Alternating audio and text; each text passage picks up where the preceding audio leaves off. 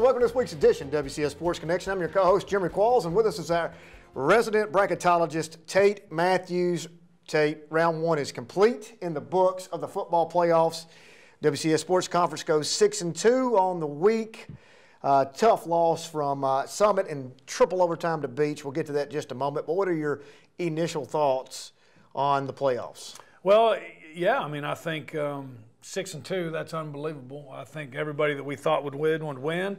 I think Franklin was a quarter away from doing what we thought they could do, and then Summit lost an absolute heartbreaker. This is the second year in a row they've lost to Beach in the playoffs. Last year it was in the quarterfinals. They've lost 2 playoff games to them in a row by a total of 7 points. What a heartbreaker. Triple overtime. I mean, I don't know how many of those there are in the playoffs. Can't be very many. I think the really neat thing, if you're looking for a silver lining out of the Summit loss, is you got a glimpse of what is in the future for them, I think. But tough loss, and you know, I mean, Beach is Coach Crabtree is one of the better coaches in the state, 2 state championships and a runner-up. So, again, I know it doesn't make it any easier, but that was a good football team they lost to and almost beat. But congratulations to everybody else. Ravenwood with a 1-0 victory. I don't know if we've ever had a 1-0 playoff victory. I thought that was an absolute embarrassment to high school athletics, the way that was handled. Now, I will say I've heard some other things, but the thing that made me the maddest is what I think got let out of it. I didn't know I was going to get this mad about it until I started talking about it, but I am. The thing that I think got lost on it is what about the Ravenwood kids? I mean, you know, if you go all the way to Cookeville, you get 5 more playoff games. That's what it's all about, man. Hey, it's another week to play with our brothers, and but they went ahead and got to win. That's not what they wanted. They wanted a chance to go out there on Friday night and play in a playoff game. I thought it was a joke. I thought it was gross, but I think they're going to be ready to have a good game Friday night. Now I'm off my soapbox. I hope Mr. Producer can put an American flag behind us and play the national anthem while we're talking, because I'm going to join you on this stump for just a moment. It is a political week. It is voting. I hope that you've already done your due diligence as an American and voted. So let's talk about this for just a moment. The fight between Overton and Antioch took place after the game was over in the handshaking line. Am I correct on that? You are correct. Okay, so the game is officially over. I'm assuming at this point in time that the referees and officials have cleared the field. I do not think so, but maybe. They were still on premises. Okay, yeah. So the last horn's over. So it's officially pretty much out of that hands of the TWA. Now, I get the fact that they want to hand down some sanctions. But at this point in time, being a former, unbeknownst to some of our listeners and probably unbelievably, I was a principal at one time. I think it should have been in the hands of the principals to make that decision of who gets disciplined in that. Yes, disciplinary action should have been handed down, but there are a lot of people, probably the vast majority of those, let's just start with the seniors, that may or may not have been involved in that, and now their season is completely over. No questions, no investigations done, you're out. Yeah. Your season comes to a close. And not on top of that, we're going to fine you $2,000. So they're going to collect $4,000 total off this event. Ravenwood was set to host the event. They don't receive any proceeds from the gate. That's right. Number 2, we've already put $1,000 worth of paint down on the field. If you've ever been to a Ravenwood home football game, that's not an exaggeration. Well, it's not like you come out the day of on Friday and throw that paint down. That's right. That process begins on a Wednesday. Correct. And goes through Thursday, and finally it's ready for game day. Shout out to John Shane, by the way. The best in the business, yeah. John Shane, out there with his crew getting it down $1,000 from paint. So what do you get off that? Well, number 1 is you miss a week of the playoffs while every team in the TWA gets to participate. Can that throw you off your game? Absolutely. I think so. We're not here to make excuses, but I want to play that game. I want to knock some rust off. I want to get some kids potentially a chance to play in that playoff game that may not otherwise from this point forward. Because let's be honest, round 1 is a moneymaker. Only 5 teams out of the entire 74 classification playoff system that we have below 500 records won. 5. Okay, 1 being the Camden game that we were just talking about earlier with Stratford getting beat 29-22. Now, you look at this. You've thrown off. You're a little bit thrown off your game, because now you've missed a week. You did get a week of practice. You did get a week of a little bit of rest. No injuries. That's a good thing, but it's not good going into the game where an undefeated team is your opponent, Cane Ridge. Well, and you didn't get a week because you didn't find out until Thursday afternoon. That's true. So you practiced all week for Overton That's right. And then you didn't play. So, sorry, go ahead. We're going to get into that. So my point is, do we get reimbursed for any money? No. Do we get any, compensation for the field paint? No. Do we, do we even get a response? No, not until I initiated it. And I'll leave that there. Yeah. Now, for all of our fans that reach in the outer districts of the Cane Ridge folks, I'll let you give them a shout out to the Ravenwood game once this game happens, because I can promise you, Dr. Defense hung tough for about 3.5 quarters. Coach Daniels and G2 Bar and Raptor Fast is going to be a little bit different. And we'll talk to you about that momentarily. So let's get on and move on. Round one, Brentwood Bruins. Have anything left to say, parting shots as they lower the flag on this? Well, real quick, no, the one thing that did come out of it is, and I'm not throwing all this on the TWSAA. I'm not sure it was handled correctly. I can't. You're right. Yeah. I can't say that. But parents, the reason why there was suspension, I did not know this, but I do now. The reason why they gave suspension, loss of games, is because fans and parents came on the field. And they've basically said, if it's a fight and it's handled correctly, they're going to levy fines, suspensions, whatever. When fans and parents come onto the playing field, you will cost your team a game or two. So whoever the John Cena and Dwayne Johnson wannabes were that charged the field, if you're an Overton fan and you're mad, be mad. Look in the mirror. You're right. That's a great point. I was getting a little hard on the association just for a moment, but at the same time, and they could have handled it correctly. I just think the timing of the whole thing really stunk at the fact that it was levied on Thursday afternoon and you've gone through a week of prep. Now, let's back up for a moment. With that information, I'm sure a lot of people, all the way out to the outer reaches of the Gallatin area, beach area that watches this show, Clarksville area, may or may not know that piece of information, Tate, and that's a very valid piece of information. And that goes a shout out for those that are watching, including the parents of WCS Sports Conference. Let's not be ignorant when it comes to these things. I know it gets heated, I know it gets emotional, but do not kid. Just think about that kid. I watched a particular, his name escapes me, on thread on Twitter, that he was very vocal at the TWSAA about the situation and saying, this was my last game. I'm not playing college football. And my last game resulted in I hate it for those kids. I really do. But you may bring up a very valid point.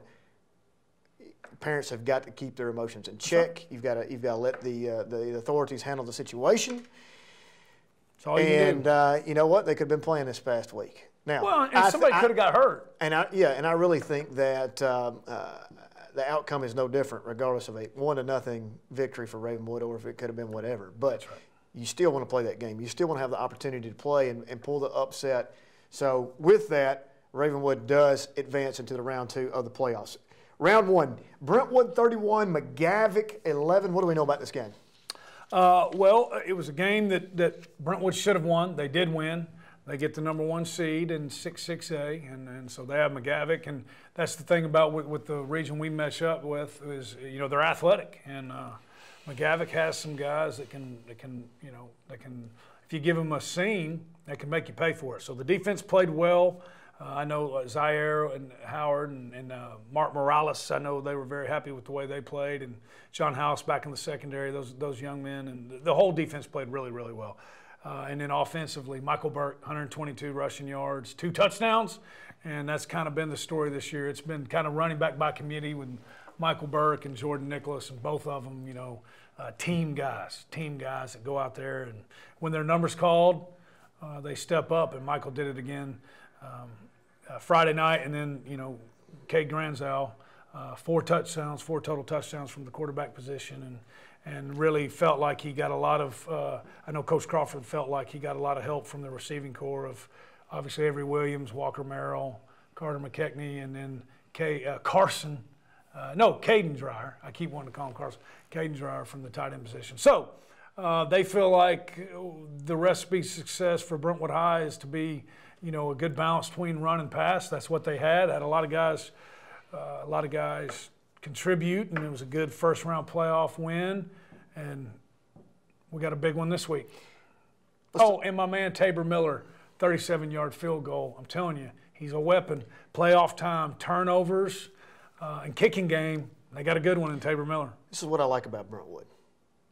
They come across as a rural, blue-collar, non-flashy, going to get it done team. You don't hear a lot about them. They don't do a lot of talking. they take care of business. Here's one thing I like, overlooked. You think about this team, you can't, you'd be remiss by not mentioning Granzel on the offensive side that you mentioned, 142 yards on 11 of 8 attempts. How many Bruin receivers touched the ball? 7? 7 wide receivers touched the ball. That's a lot of people getting the ball. And you know what? There's enough balls for everybody. That's right. Everybody gets a catch. You roll on. You survive and advance. That is the recipe for success. You keep doing that. Who do you cover? Where do you hit them at? You get them in the slot. You get them out wide. Then you hit a little tight end drag. You don't know who's going to get the ball next. I mean, that's the best thing about it. And then when you get out there and you start playing chest to chest with these guys, your running back goes for triple digits. I mean, you want to talk about recipe for success? How about this? Let's put a game plan together. We're going to play hard-nosed defense. We're not going to be flashy, and we're going to beat you in every facet of the game. That is what the Bruins do. They're going to have this. This is a recipe for success. It's a recipe to go deep in the playoffs, and it brings us to this week's game between them and Independence. We'll get to that in just a moment. I just can't even wait to get to it because it's going to be so exciting. But Brentwood survives and advanced 31-11 over McGavick. Fairview 35, Whites Creek 6. I made a prediction. The only close thing it's going to be was the coin flip. You agreed that Popcorn City was going to be early. You better get there and get it in line. Get your popcorn early, and then you can leave by half. I was getting a little bit nervous. I was at this game. Fairview was off to a slow start. They finally scored with about 3 or 4 minutes to go in the first quarter, but it ended up being 27-0 at halftime behind Logan Nardozzi, 74 yards on 10 carries. That was all pretty much in the first half. Something Coach Hughes did this past Friday night that he hadn't done. 11 offensive players, 11 defensive players. Wow. No crossovers. So I don't know if we're trying to figure out if we can do it. Obviously, when it's time, I'm going to have Cam Harris-Lusk on the back in the field. I am. Right? So he's going to be there, and some of those other guys as well, Nardozzi as well. But he went 11 on 11 this time to try to figure out, get those kids some playing time, and said, if we need some rests, somebody's going to have to play in these spots because the next 2 games for the Jackets are not easy ones. No, we talked about that last week. This was probably going to be a popcorn game, and then it got real quick, and it has. But and it's real for them too. I mean, these are. I think that you look at all these big time games we've got in round 2, but regardless of classification, this is as good of a game as anywhere. So, and shout out to Cam Harris-Lusk. He made the Mr. Football semifinalist. Congratulations to him, well deserved. That's a team thing in my opinion. I think he would say it too. But if Nardozzi's not doing what he's doing from the running back position, and Brock obviously didn't give them a guy that could come in and play quarterback, he can't do any of this, and none of it's possible without the offensive line, the big boys up front. So, but congratulations to him. He adds to his. I think the voting's already done, isn't it? Maybe not. He adds to his touchdown total. He was 7 for rushes for 52 yards and a rush touchdown. Then he was 1 for 26 for a receiving touchdown. I think that gets him up to 27, 28 total touchdowns, depending on what happens Friday night. 30 touchdowns in a season. That's hard to believe. Closing in at 1,600 total yards for the season. That's tough to do against anybody, and they've had a really nice schedule. So everybody that was supposed to play well. Coach Hughes been doing it a long time. I think these kind of games are hard. Remember, Whites Creek had 2 wins. One of them was a forfeit to Giles County. And, they're smart kids, and they watched the film. I don't even know if they watched film of Whites Creek, but they knew they were going to win this game, regardless of what Coach told them. I think these games are sometimes hard to make sure you come out and play crisp. I want to win all our games, don't get me wrong. You get to this game, I get it. Whites Creek came into this game 2-8. Just not had a good season, And you even said last week he's trying to do it right. He's trying to do it right, and I feel sorry for the kids. I really do. They get there. Really, literally, more cheerleaders than fans. These guys are grinding just like everybody else, and they get themselves in the playoffs. They have zero support on that. I hate it for those guys. We knew it was going to be a lopsided affair. They have some really good-looking kids. I'm assuming that most of those kids probably play basketball. So I'm going to be interested to see how this season for football will translate into basketball. I would say they'll be in the mix over there, that you may see a Fairview Whites Creek again, potentially sub-state like they were last year against Stratford. So it'd be interesting to see how that plays off. But their quarterback, I don't know if he's a young kid, old kid, whatever, he's about 6'4", good-looking athlete, good-looking kid.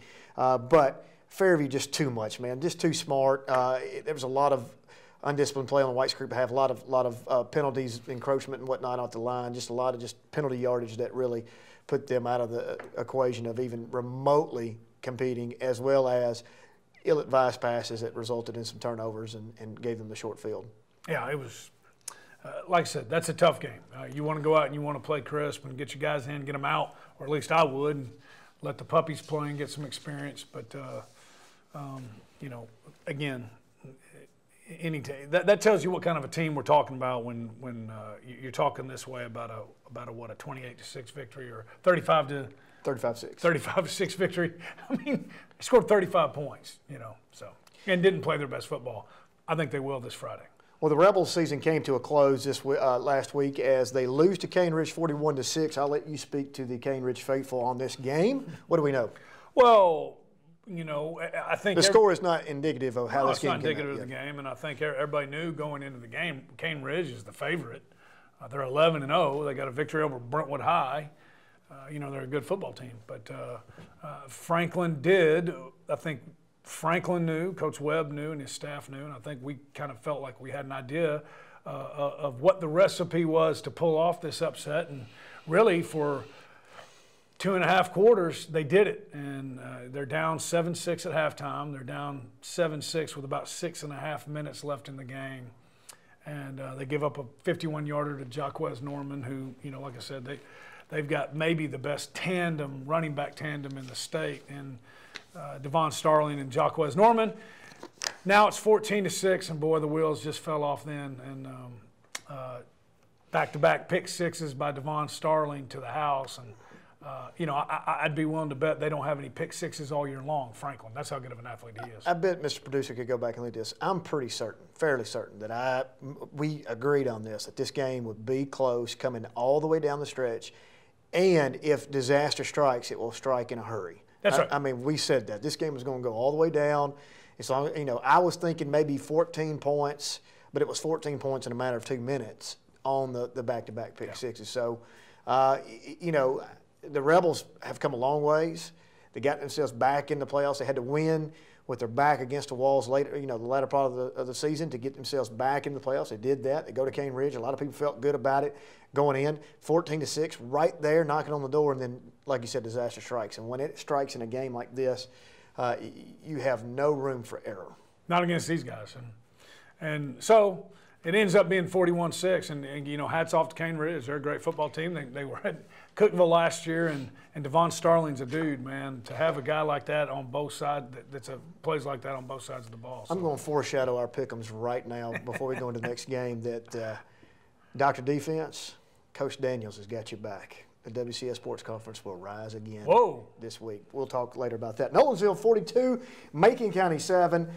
You know, I don't know what the pundits think in the mid-state area. It just goes to show you right here, and I think we agreed upon this. Mr. Producer can check it. We knew that Region 4-4A was really good. We also called the sweep, and that's what happened. Yeah, I did. And Marshall County had to go to extra football with Stone to do it, but it was 30-29, and everybody in it won. And yeah, we felt like, you know, you look at the schedule Nolensville's played and the way they played against even the teams that they lost. Macon County was just outmanned, and boy, were they ever when they got there. The only thing that worried me was that's not an easy trip to get to. Where's Macon County? Lafayette. Lafayette, that's right. Don't call it Lafayette. Home of 1996 AA Mr. Basketball, Joey Tuck. Very strong.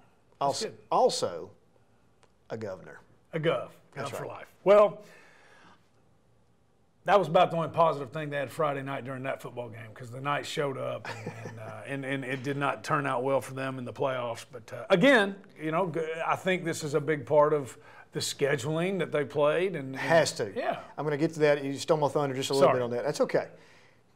Talking to Coach Hughes, talking about the upcoming games, and I was going to save this for a later section, but you bring that up now. Let's talk about it. We're texting back and forth, and he's like, you know what? They feel prepared. You know why they feel prepared? Because they are. Because they've seen Ravenwood. That's right. And I told him, I said, Page. Same way. Page. Nobody would have thought that. Page slides under that radar all the time, but you're right. You've played Page, you've played Ravenwood. And you're not going to probably see anybody in that 3A group until you probably get to Pearl Cone that will have the athletes. Now, whether or not Pearl-Cohn has the depth of that, they probably do, but just pure size, athleticism, and depth that all these teams have. Well, yeah, and they went out and they played really, really well. Colton Dooley had 15 rushes, 91 yards, 3 touchdowns, the battering ram. Man. West Service Jones. Academy's on his radar, by the way. They should stay in touch on that. Yeah, he's their kind of guy, man. You know. And Navy and West Point both thinking. Kind of funny, Army's kind of got the upper hand in that now. Navy had it for a long time. Army's got it now. West Jones had a receiving touchdown. He had an interception and a fumble recovery on defense. Ball hawk. Tim Kutras had another interception. That's 7 for the year. 6 receptions for 72 yards. And Gallardi, nice and efficient. Not his biggest stat day, but it didn't have to be, with Colton going for 3 touchdowns, 135 passing yards, touchdown, 48 rushing yards, and a touchdown. The Knights look good. Round 2 with Maplewood this week. Whew, tough game.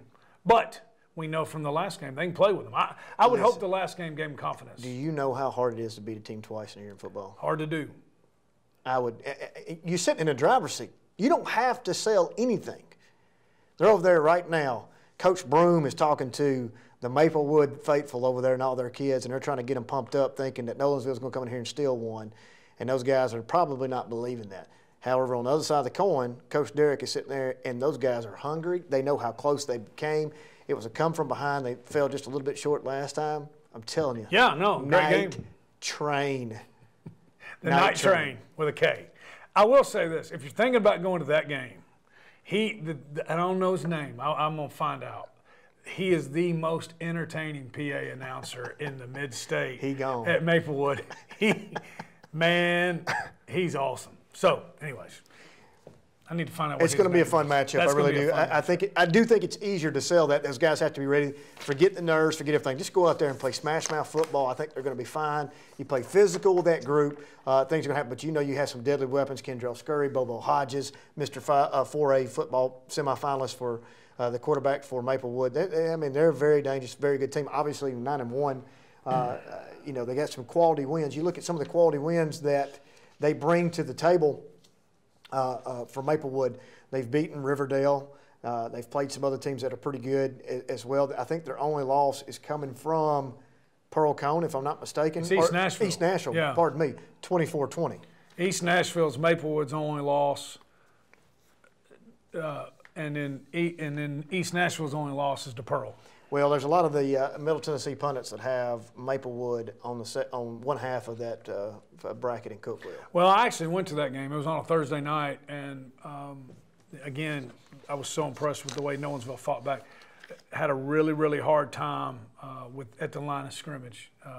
Going to need to do a better job of that this game. Now, it's because they got some dudes now. I mean, it wasn't because they weren't playing hard, but going to have to find a way to do better on the line of scrimmage. If they can fix that, I think they got a chance. The Patriots, a Page rolled 45 over Hillwood at 14. That was a big win for those guys. I think a lot of people are starting to drink the Kool-Aid. I hope not. I hope they stay away from it and just let them keep doing their thing. But Page is opening some eyes. You talk about Mr. Football finalist, none other than the Patriots' own Michael Burdick. And he did not disappoint. Same thing he's done. He might be the best two-way guy. Stay School is a really good. Kutras is a really good two-way player. Stay School is too for Nolensville, but Michael Burdick, he might be the best two-way player in the mid-state. He had 7 receptions for 130 yards, 2 touchdowns, 2 interceptions on defense, and Tate had another big game. Nick Hurd, 6 tackles, 1 interception return for a touchdown for the Patriots, but I think kind of what I was, not to toot my horn here, but I think kind of what I was telling you, that quarterback, Hale Page, is a player. Threw for a lot of yards, hard to tackle, but the difference is, and that's what I think is really, really neat, hard to get him down for the sack, and he extends plays and then makes plays. 5 interceptions by the Patriots. I don't think they've seen anybody that did that. He was able to extend plays and then find somebody downfield. Well, guess what? Page made him pay. 5 interceptions. Think about that. This was a good win. I think Hillwood, I think people will tell you after watching the Page game now, Hillwood's better than what people thought they are. And Page went out there and took care of business 45-14. Coach Rathbone has got a heck of a football team. I can't wait for the Beach game. But this Page team could be special. Michael Burdick, 196 all-purpose yards in this game. He's a dude, man. Cade Walker, 15 to 25, efficient, 4 touchdowns. It's just one of those things they just keep just quietly moving on. They're sitting at 10-1 right now. Who would have thought, including us, that the Patriots would have 10 wins this season collectively, much less be sitting here thinking they're going to be the favorite going into this week's game against Beach. I mean, it's a remarkable job by the staff. It's a remarkable job of Coach Rathbone. Those kids are believing. Everybody's playing their hearts out. This is an extremely, extremely unselfish team. I think you nailed it. Seriously, that's about enough said.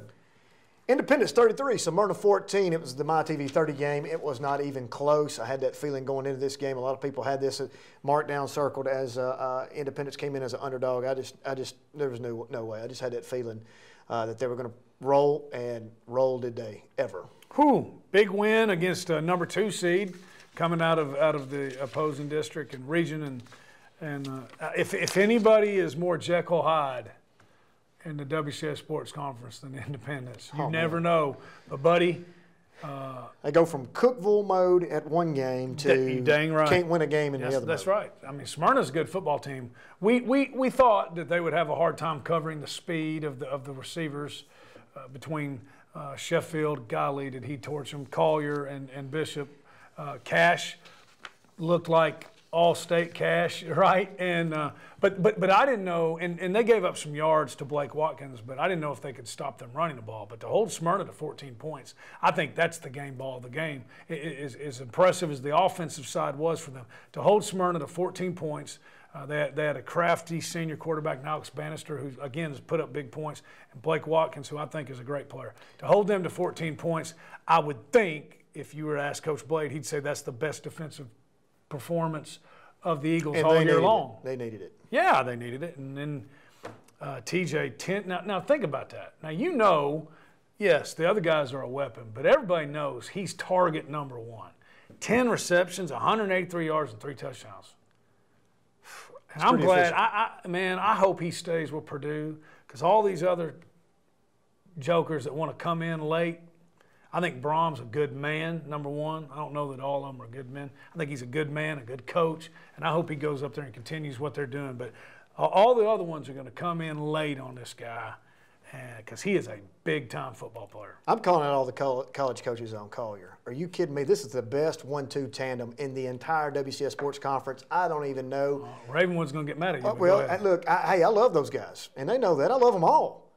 Are you kidding me? These two guys are the most dangerous weapons on the field at any given time. Because why?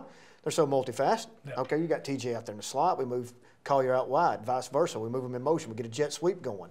We run the invert and get the wheel route off of it like that.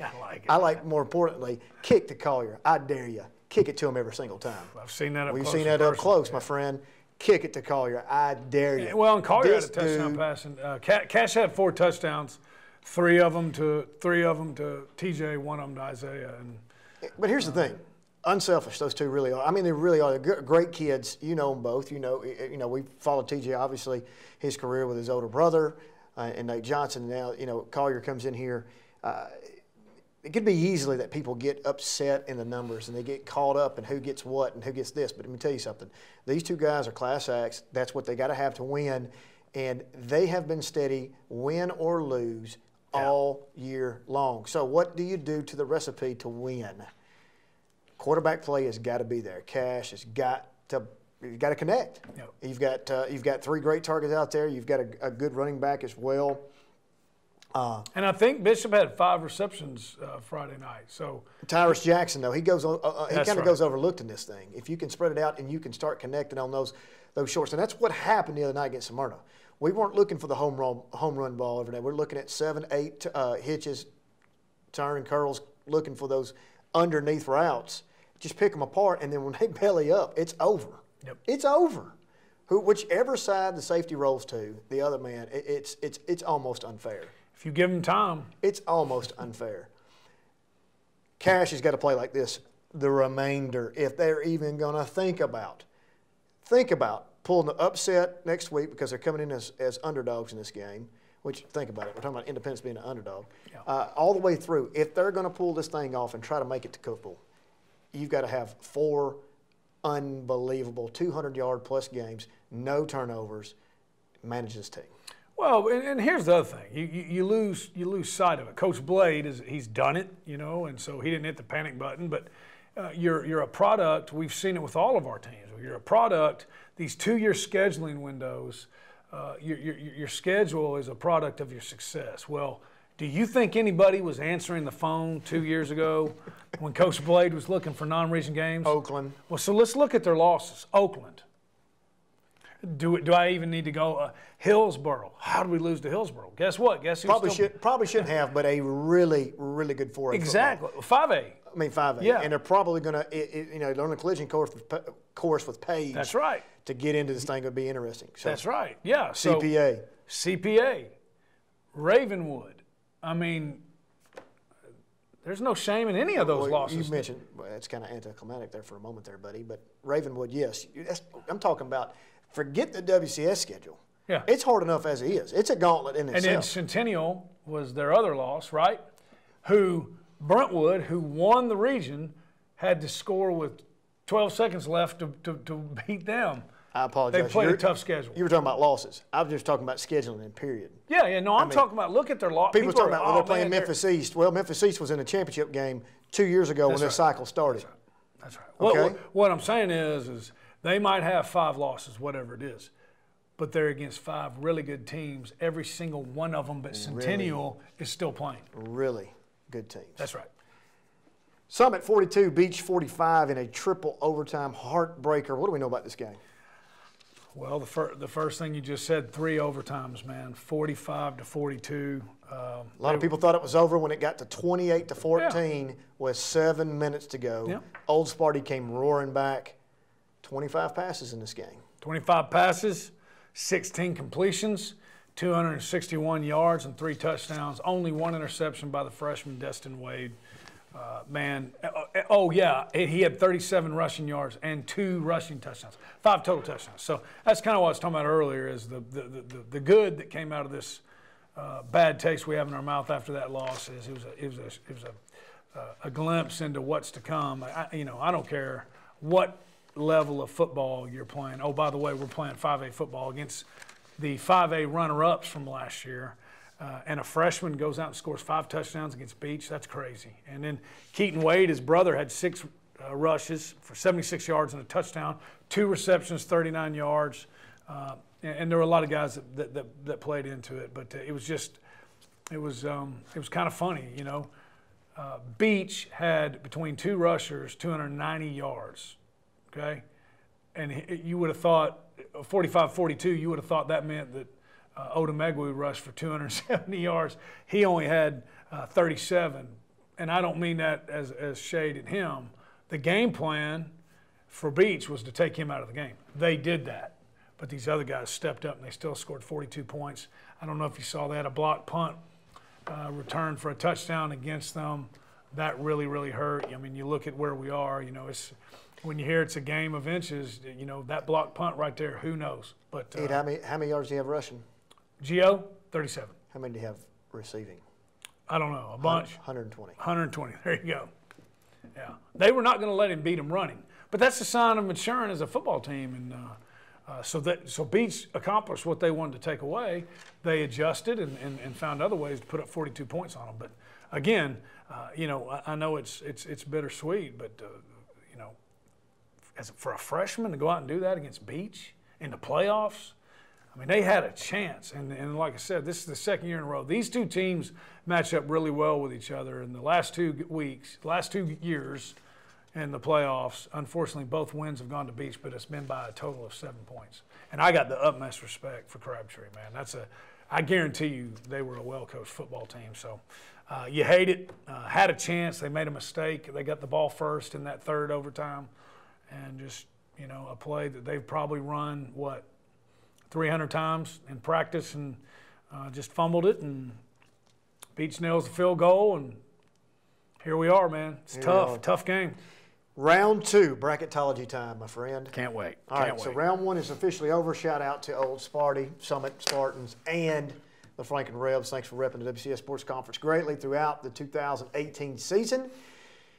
8 entered in, 6 came out. That's pretty strong. I'll take that odds. And 8 was the max we could have. Right. 8 is the max that we could have. We got 6. Obviously, we're looking at 1 having to go home because we have an inter-conference game with Independence and Brentwood. But let's start in 3A. Let's look at the Fairview matchup. Fairview 9-2 coming in against 10-1 East Nashville. You look at the East Nashville game, their only loss is Pearl Cone. Pearl Cone, let's go ahead and pencil them in. We're looking at the Pearl Cone in this bracket. Pearl Cone is facing Stratford, a 2-8, now 3-8 team. That will be popcorn city for poor Spartans of Stratford. Coach Tony Brunetti, who is a what? Do you know this?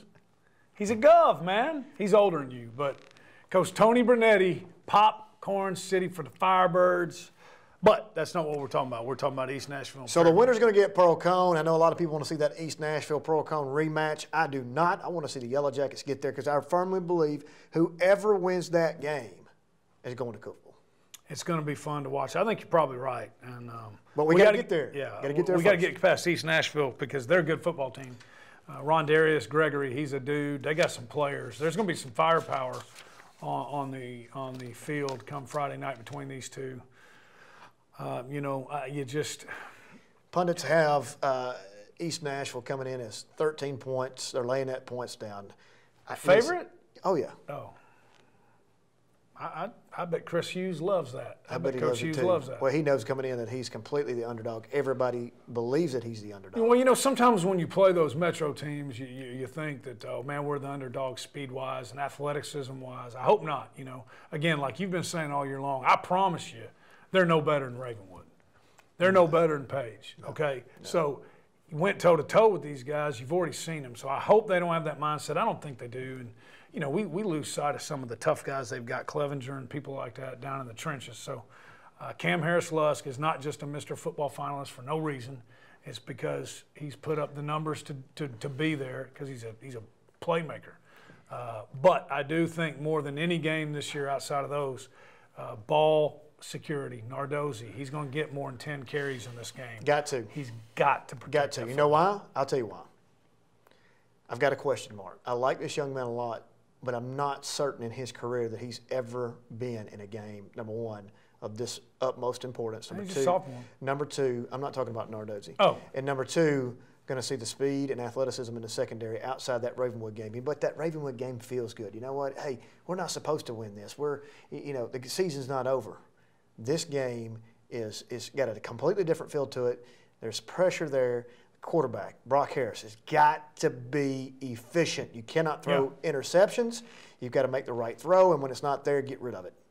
And when I say get rid of it, get rid of it. Don't even throw it remotely close. Don't give them an opportunity for any of that. I'm going to have a little bit of trickery there. I think we're going to have to go potentially into the mean machine playbook to look at some things to get Cam Harris-Lusk open. Just watch. It's going to happen.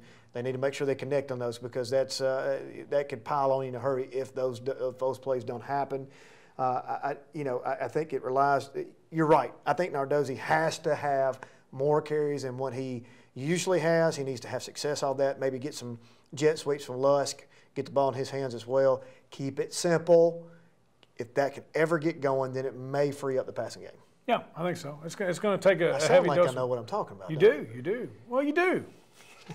Especially that wheel route. They got to work the wheel route. People in Gallatin don't think so. But this is an athletic football team. Coach Waite does a good job with them. They played a tough schedule. This is going to be a game of ups and downs, right? So if you make a mistake, and you probably are going to make a mistake, that's okay. They're going to make mistakes too. So this is going to be a fun football game. I think that in the trenches is where they really will get to win. Fairview, it's at home, right? That's big. Huge. They're going to have. I'm calling out all Yellow Jacket fans. I was not very impressed. I was impressed with the student section, but the rest of the crowd. But everybody kind of knew they was going to win. Let's save our money for this week. Do not save your money this week, folks. Get out there, watch those guys. Pour in there like I know you can. Snappies will be rocking. We got the velvet ropes out for Chris Hughes ready to go. Get out to the game. Nolensville 7-4, Maplewood 10-1. We've already talked a lot about this. We know what's going in. Right now the Knights are 7-point underdogs. I know he loves to sell that as well for the Knights and Coach Derek. I think it needs to be a ground and pound game. Colton Dooley, the battling ram, hammer, hammer, hammer. Keep hitting them in the mouth. Keep hitting them in the mouth. This game's going to be one in the trenches and also outside. Contain Scurry, a.k.a. if you hear the PA announcer refer to Smooth, that's who he's talking about. I figured that out pretty early on. They got to contain Smooth. The other one you forget about because he really gets a lot more pub. No, I'm serious. I know. He gets a lot more pub on the defensive side, but Tavares Springer's a dang dude too. Contain those guys, but this game's one in the trenches. Dooley, no fumbles. Here's the cool thing. Here's the exciting thing, Coach. If you can get by Maplewood, which you had a chance to beat, then you get the winner of Tullahoma and Marshall County. It's going to make that prediction. I think Tullahoma advances. I do too. And you don't think Nolensville wants another shot at them? You're fixing to put out 1 and 2 back-to-back weeks to get that shot to get to Greenville, who is the favorite in the 4A group. What's okay? Well, we'd love a shot. We'd love a shot. Oh, yeah, give a shot at Greenville. We'll take a shot because I think our strength schedule is a lot better than theirs.